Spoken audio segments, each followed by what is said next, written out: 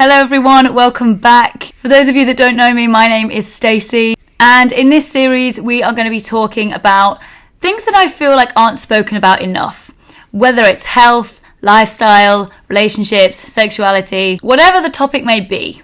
We're going to get comfortable with just sitting down and having a chat and answering a few questions. So get yourself comfy, make sure you're subscribed, and let's get into episode 1.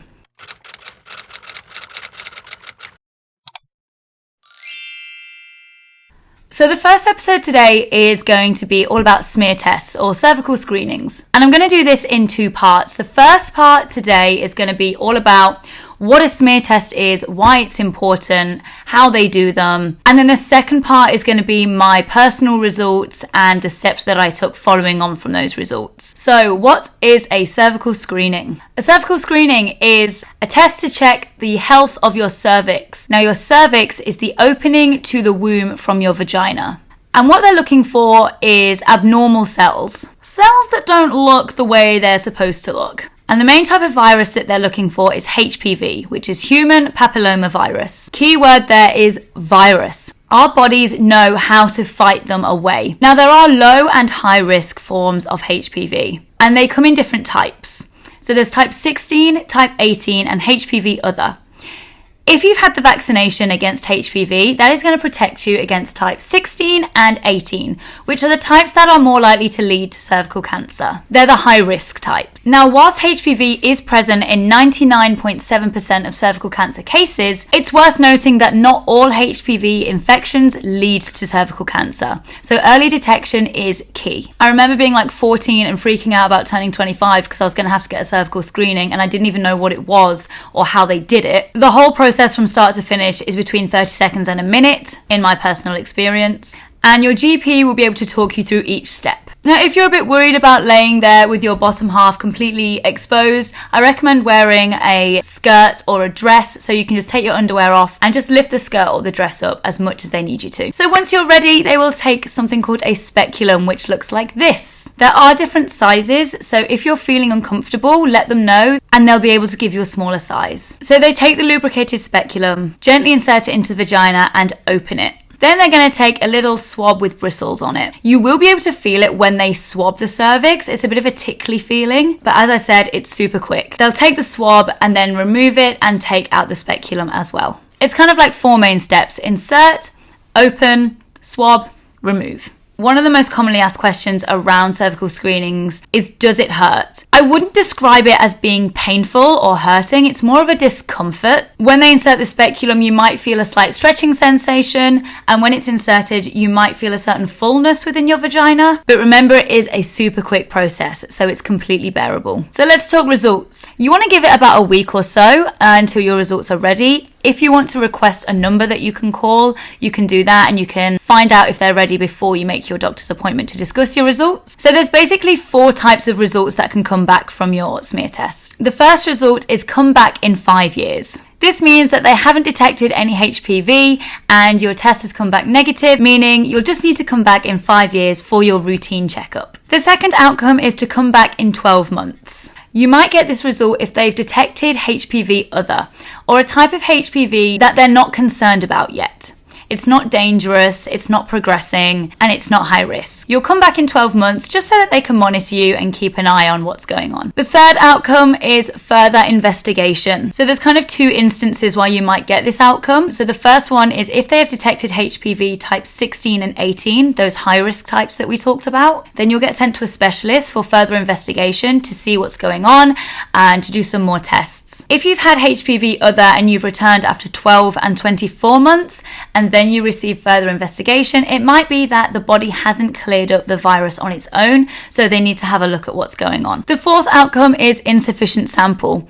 Now, this just means that you need to go in for another test because maybe they lost yours, or there was not enough cells within the sample, or there was a problem with the sample that they sent. So it just means you need to go back for another test. Now, it's really important that you know it can take 10 to 30 years for high-risk HPV to develop into a cervical cancer tumour. Early detection is key. Early detection can save your life. The sooner you go, the better. Now, as I said, I'm not going to go into too much detail in terms of my own results. I'm going to make a separate video on that so that I can explain what that looks like for me and what the next steps were that I had to take. Now, of course, you can go into your cervical screening appointment with all the knowledge in the world, knowing absolutely everything there is to know about the cervical screening, but you can still feel anxious or you can still feel nervous, and that's completely okay. Especially if it's your first time, you might feel like it's a little bit daunting. So here's some of my advice to you if you are a little bit worried about going for your smear test or cervical screening. Take someone with you. Some people like to have someone there to comfort them, to talk to them,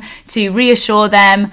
I personally like to go by myself. That's just a personal choice, but I do know people that like to take, whether it's a friend, a partner, a family member, somebody close to them that makes them feel calm. Now, the more relaxed you are, the easier the process is going to be, which I know is so much easier said than done. But it's really important that you know what is going to make you as relaxed as possible during your screening. You might want to take some headphones, listen to some music, listen to a podcast, listen to a TV show. Whatever makes you zen, do that. I think also remembering why you're doing it is so beneficial.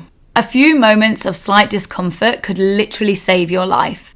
And having a cervical screening is going to be a lot less painful than the treatment of potential cervical cancer. So keep that in mind and view it as self-care. And remember, your GP is there to reassure you, to answer your questions. I'm not a doctor. I just talk from my own personal knowledge and my own personal experiences through doing research, through my own smear tests, through talking to GPs. But if after watching this you're still nervous, make sure you tell your GP that you're looking for a bit of reassurance, that you've still got some anxieties about the test. They'll be able to reassure you and remind you of what an amazing thing you're doing for yourself. So all in all, a cervical screening or a smear test is designed to check the health of your cervix. It's a test they do in preventing the development of cervical cancer and can quite literally save your life. It's quick, it's important, and it's there to help you. Now, if you have a cervix, I want you right now, open up a new tab on your phone, on your computer, whatever device you're watching this on. Open up a new tab and book in your cervical screening. Leave a comment when you've done it. Let me know, send me a message, and give yourself a massive pat on the back because this is classed as self-care.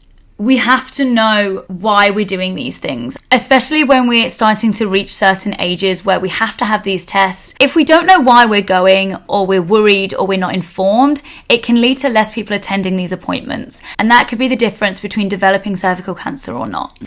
In part 2, I will be talking about my own results, so please make sure that you are subscribed and you hit that notification bell so that you know when that comes out. I'm going to be talking about the various cervical screenings that I've had and the next steps that I had to take and where I'm currently at with my own journey. But I thank you so much for joining me for this video. It's a really important one, and I encourage you to share it with as many people as you can. If I can encourage just one person to book in their cervical screening, then I've done my job. Thanks again for joining me. If you found this useful, don't forget to give it a like, and I will see you very, very soon for the next one.